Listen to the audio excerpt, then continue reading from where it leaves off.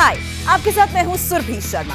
India TV YouTube channel subscribe करिए, bell icon दबाएं।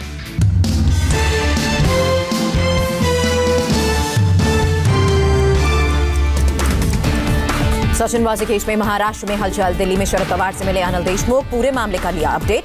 शरद पवार से मिलने के बाद बोले अनिल देशमुख, महाराष्ट्र सरकार एनआईए की पूरी मदद करेगी, दोषियों का नाम आना चाहिए सामने। अनिल देशमुख ने माना मनसुख हिरेन की हत्या हुई, परमवीर सिंह को जानकारी होने से जुड़ा सवालों को टाल दिया। बीजेपी सांसद नारायण राणे ने मांगा उद्धव ठाकरे का इस्तीफा, कहा महाराष्ट्र में कानून व्यवस्था ठीक नहीं, राष्ट्रपति शासन लगाने की मांग। पुणे से सेंट्रल फॉरेंसिक साइंस लैब की टीम मुंबई के एनआईए दफ्तर पहुंची, वाजे की गाड़ियों से मिले सबूतों की जांच करेगी। सचिनबाजी केस में मुंबई पुलिस के पूर्व कमिश्नर परमवीर सिंह से जल्द पूछताछ कर सकती है एनआईए, कई सीनियर अधिकारियों से भी पूछताछ की तैयारी। सचिनबाजी के सहयोगी रियाज काजी को सरकारी गवाह बना सकती है एनआईए, वाजे का हर राज जानता है रियाज। 4 मार्च तक मनसुख हिरेन के संपर्क में था सचिनबाजी, मनसुख और वाजे की कॉल डिटेल्स रिपोर्ट से खुलासा। एमपी के सीएम शिवराज सिंह चौहान का ममता पर हल्ला बोल, मिदनापुर की रैली में कहा टीएमसी का मतलब टेरर, मर्डर और करप्शन। शिवराज ने दीदी का मतलब बताया, डी मतलब तानाशाह और आई का मतलब असंवेदनशील। शिवराज ने टीएमसी के गुंडों को चेतावनी दी, कहा 2 मई के बाद एक एक गुंडे को सिखाया जाएगा सबक। शिवराज बोले अंग्रेजों ने 1906 में बंगाल को बांटा, दीदी ने सोनार बांग्ला को हिंदू और मुसलमान में बांटा। 21 मार्च को बांग्ला के लिए बीजेपी का आएगा मैनिफेस्टो, केंद्रीय गृह मंत्री अमित शाह कोलकाता में जारी करेंगे। शुभेंदु अधिकारी का ममता पर नया अटैक, कहा ममता जितना बोलेगी बीजेपी की सीट उतनी ही बढ़ेंगी। शुभेंदु अधिकारी ने नंदीग्राम में दुर्गा मंदिर में पूजा की, फिर ममता को बताया धांधली क्वीन। ईस्ट मिदनापुर की रैली में बीजेपी नेताओं पर बरसी ममता, लुटेरा, मीर जाफर और दुर्योधन जैसे शब्दों से नवाजा। ममता ने रैली में कहा बीजेपी को विदाई दो, नहीं चाहिए मोदी का चेहरा। टिकट के लिए बीजेपी में मचे बवाल पर ममता की चुटकी, कहा टीएमसी के गद्दारों को दी टिकट, बीजेपी के पुराने नेता घर पर बहा रहे आंसू। टीएमसी नेताओं के डेलीगेशन दिल्ली में चुनाव आयोग से मिला, हर ईवीएम के साथ वीवीपैट पर्चियों की गिनती की मांग। टीएमसी नेताओं ने चुनाव आयोग के नए नियम पर आपत्ति जताई, मतदान केंद्र के 100 मीटर के दायरे में राज्य पुलिस की तैनाती पर लगी है रोक। महुआ मोइत्रा ने कहा हमने चुनाव आयोग के सामने 3 मुद्दे उठाए हैं, ममता पर हुए हमले की जांच 2 हफ्ते में पूरा करने को कहा। टीएमसी नेता मदन मित्रा की कोलकाता में ईडी दफ्तर में पेशी, ईडी ने शारदा स्कैम में पूछताछ के लिए भेजा था समन। भूपेंद्र यादव ने राज्यसभा में उठाया बंगाल में हुई हिंसा का मुद्दा, कहा टीएमसी घबरा गई है, बंगाल की जनता की जीत होगी। नॉर्थ 24 परगना में बीजेपी कार्यकर्ताओं का हंगामा, उम्मीदवार बदले जाने के विरोध में आग जलाकर एक्सप्रेस वे किया जाम। चुनाव आयोग की फुल बेंच की टीम 23 मार्च को जाएगी पश्चिम बंगाल, चुनाव की पूरी तैयारियों का जायजा लेगी। असम के रण में राहुल गांधी की एंट्री, डिब्रूगढ़ में बीजेपी पर लगाया आरोप, एक धर्म को दूसरे धर्म से लड़ाती है बीजेपी।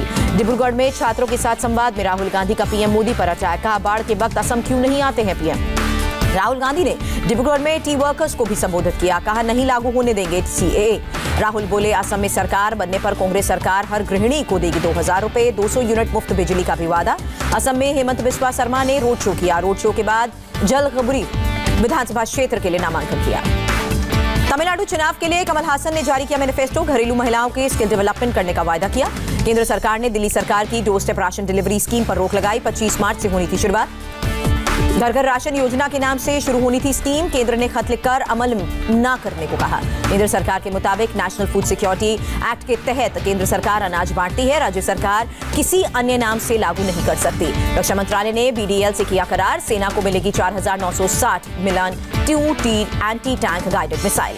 देश में कोरोना ने तोड़े इस साल के सारे रिकॉर्ड, पिछले 24 घंटे के अंदर 39,726 नए केसेस आए, 154 संक्रमितों की जान गई। देश में एक्टिव केसेस की संख्या 2,71,000 के पार, कुल केसेस 2,82.82% एक्टिव केसेस हैं। महाराष्ट्र में एक दिन में मिले 25,000 से ज्यादा मरीज, एक दिन में देश में कुल केस का 65%। कोरोना के बढ़ते संक्रमण को देखते हुए महाराष्ट्र सरकार ने नई गाइडलाइंस जारी की, 31 मार्च तक मान्य होंगी। नई गाइडलाइंस के मुताबिक महाराष्ट्र में थिएटर और ऑडिटोरियम 50% क्षमता के साथ ही खुलेंगे, बिना मास्क प्रवेश की अनुमति नहीं। महाराष्ट्र सरकार ने प्राइवेट ऑफिसर्स के लिए भी बनाया नियम, 50% क्षमता के साथ ही काम करने की अनुमति। मुंबई के दादर की सब्जी मार्केट में लोगों में कोरोना का खौफ नहीं, भारी संख्या में लोग खरीदारी करने पहुंचे। पुणे में 4,965 कोरोना केसेस की पुष्टि, 24 घंटे में 31 की मौत। नागपुर में कोरोना हुआ बेलगाम, 24 घंटे में 3,796 केसेस, 23 लोगों ने जान गंवाई। नागपुर में लॉकडाउन के दौरान चालान काटने पर स्कूटी सवार एक महिला ने हंगामा मचाया। आत्मदाह की भी धमकी दी। पुलिस ने केस दर्ज किया। अहमदाबाद और सूरत के बाद वडोदरा में भी बड़ा नाइट कर्फ्यू का समय। वीकेंड पर बंद रहेंगे मॉल और सिनेमाघर। पंजाब के अमृतसर में लगाया गया नाइट कर्फ्यू। रात 11 बजे से 5 बजे तक लागू रहेगा। शहर में एक दिन में कोरोना के 230 मामले आए सामने।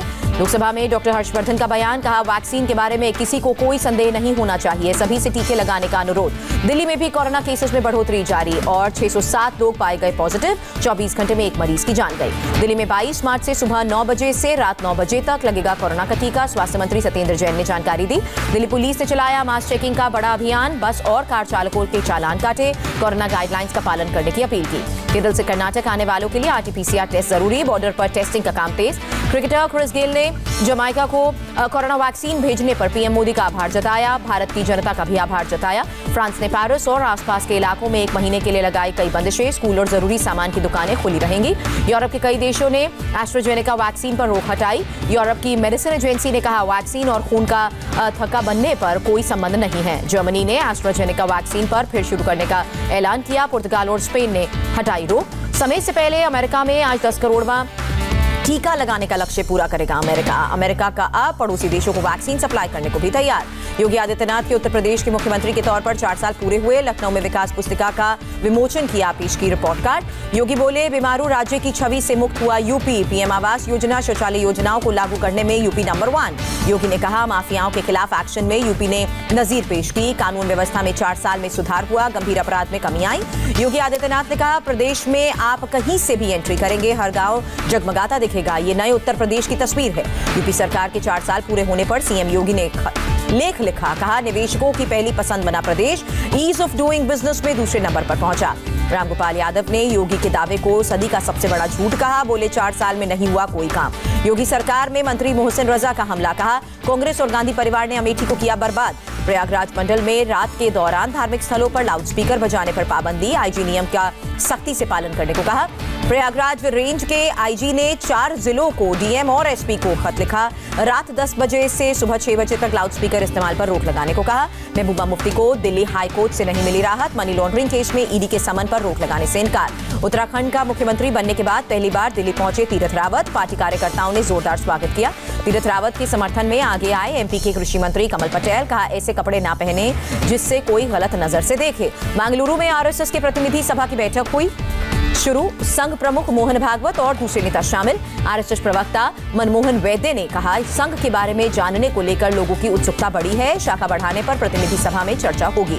थोड़ी देर में 3 दिन के दौरे पर भारत पहुंचेंगे अमेरिकी रक्षा मंत्री लॉयड ऑस्टिन। रक्षा मंत्री राजनाथ सिंह के साथ करेंगे मुलाकात। अमेरिकी रक्षा मंत्री लॉयड ऑस्टिन दक्षिण कोरिया से भारत पहुंचे। कल राजनाथ सिंह और एस जयशंकर के साथ बैठक। अमेरिका के 2 टॉप सेनेटर्स की अमेरिकी विदेश मंत्री से मांग। भारत के सामने प्रदर्शनकारी किसानों का मुद्दा उठाने को कहा।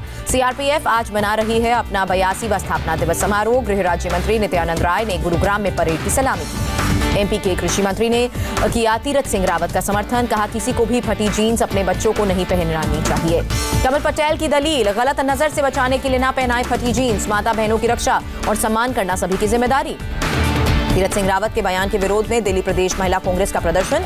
कार्यकर्ताओं ने जीन्स काटी। महाराष्ट्र के अमरावती में पुलिस से 214 जिलेटिन की छड़ें और 200 डेटोनेटर्स जब्त किए।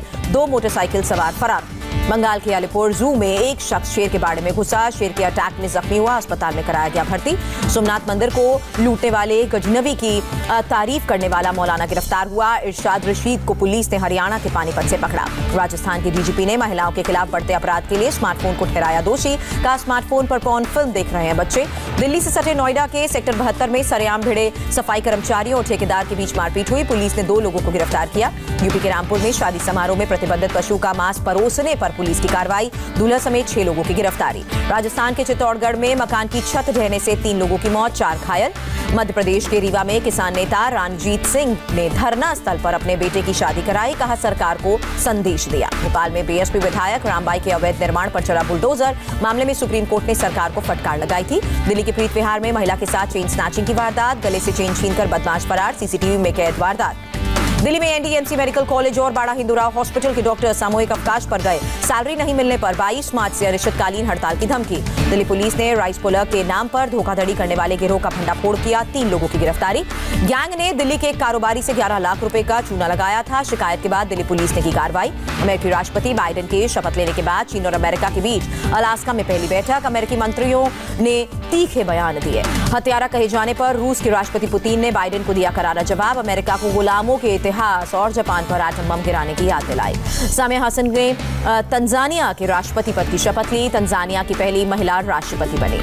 सूर्य कुमार यादव को कल T20 मैच में अच्छे प्रदर्शन का इनाम मिला। इंग्लैंड के खिलाफ वनडे टीम में शामिल भारतीय टीम के बल्लेबाज सूर्य कुमार यादव बने प्लेयर ऑफ द मैच। 31 गेंदों पर बनाए ताबड़तोड़ 57 रन। सूर्य कुमार यादव को आउट दिए जाने पर कोहली की नाराजगी। पूछा सॉफ्ट सिग्नल क्यों है जरूरी। सूर्य कुमार यादव ने कहा, मैं अपने आउट होने के तरीके से निराश नहीं, कई चीजें अपने हाथ में नहीं होती। वीवीएस लक्ष्मण ने भी सूर्य कुमार को आउट देने पर हैरानी जताई। कहा, इतने रिप्ले के बाद भी सॉफ्ट सिग्नल का फैसला माना तो नियम में बदलाव की जरूरत। बढ़त के साथ बंद हुआ शेयर बाजार। सेंसेक्स 641 और निफ्टी 186 अंक मजबूत हुआ। हाय, आई एम सुरभि शर्मा। खबरों से अपडेट रहने के लिए India TV YouTube channel subscribe करिए, साथ में बेल आइकन जरूर दबाएं। जुड़े रहें इंडिया टीवी के साथ।